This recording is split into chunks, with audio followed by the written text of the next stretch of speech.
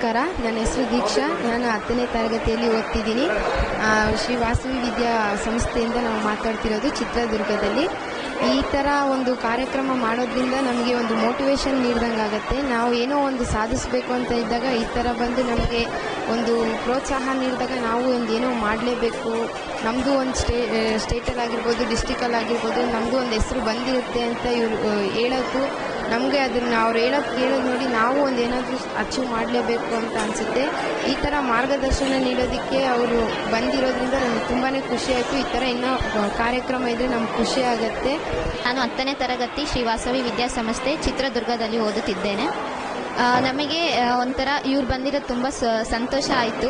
ನಮಗೆ ಏನು ಅಂದರೆ ಗೊತ್ತಾಗ್ತಿದ್ದಿಲ್ಲ, ಹೆಂಗೆ ಓದಬೇಕು, ಏನು ಮಾಡಬೇಕು ಅಂತ ಗೊತ್ತಾಗ್ತಾ ಇರಲಿಲ್ಲ. ಯಾವ ಥರ ಓದಬೇಕು, ಎಷ್ಟು ಗಂಟೆಗೆ ಎದ್ದೇಳಬೇಕು, ರಾತ್ರಿ ಓದಬೇಕಾ, ಬೆಳಿಗ್ಗೆ ಓದಬೇಕಾ, ಬೆಳಿಗ್ಗೆ ಹೋದರೆ ಎಷ್ಟು ನೆನಪಿರುತ್ತೆ, ರಾತ್ರಿ ಹೋದರೆ ಯಾಕೆ ಮರ್ತೋಗುತ್ತೆ ಅನ್ನೋದೆಲ್ಲ ನಮ್ಮ ಮೈಂಡಲ್ಲಿತ್ತು. ಅವೆಲ್ಲ ಅವ್ರು ಸರ್ ಹೇಳಿ ತುಂಬ ಸಂತೋಷ ಆಯಿತು. ಮತ್ತು ಅವರು ಮಾರ್ಗದರ್ಶನ ನೀಡಿದ್ದು ಸಂತೋಷ ಆಯಿತು. ಯಾವ ಥರ ಓದಬೇಕು ಮಾಡಬೇಕು ಅನ್ನೋದು ಸಲಹೆ ಕೊಟ್ಟರು. ಆದರೆ ನಮ್ಮ ಅಪ್ಪಾಜಿ ಅಮ್ಮ ಅವರ ಕಾಲದಲ್ಲಿ ಮಾರ್ಗದರ್ಶನ ಕೊಡೋರು ಇರ್ತಾ ಇರಲಿಲ್ಲ, ಯಾವ ಥರ ಓದಬೇಕು, ಏನು ಮಾಡಬೇಕು ಅಂತ.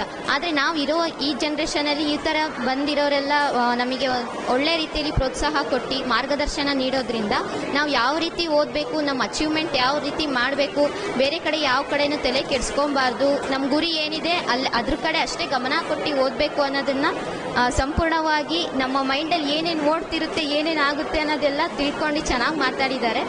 ಹಾಗಾಗಿ ಸರ್ ನಿಮಗೂ ಥ್ಯಾಂಕ್ಸ್. ಮತ್ತು ಕಲ್ಯಾಣ ಕರ್ನಾಟಕ ಪ್ರತಿಷ್ಠಾ ಸಂಸ್ಥೆಯವ್ರಿಗೂ ಥ್ಯಾಂಕ್ಸ್ ಹೇಳ್ತಾ ನನ್ನ ಮಾತುಗಳನ್ನು ಮುಗಿಸ್ತೇನೆ.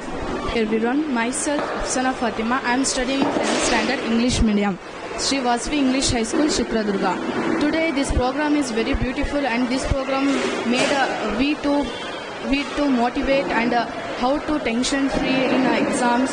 We don't take stress to face test. Sir told that we want to concentrate on syllabus. No, do not concentrate on any other concepts.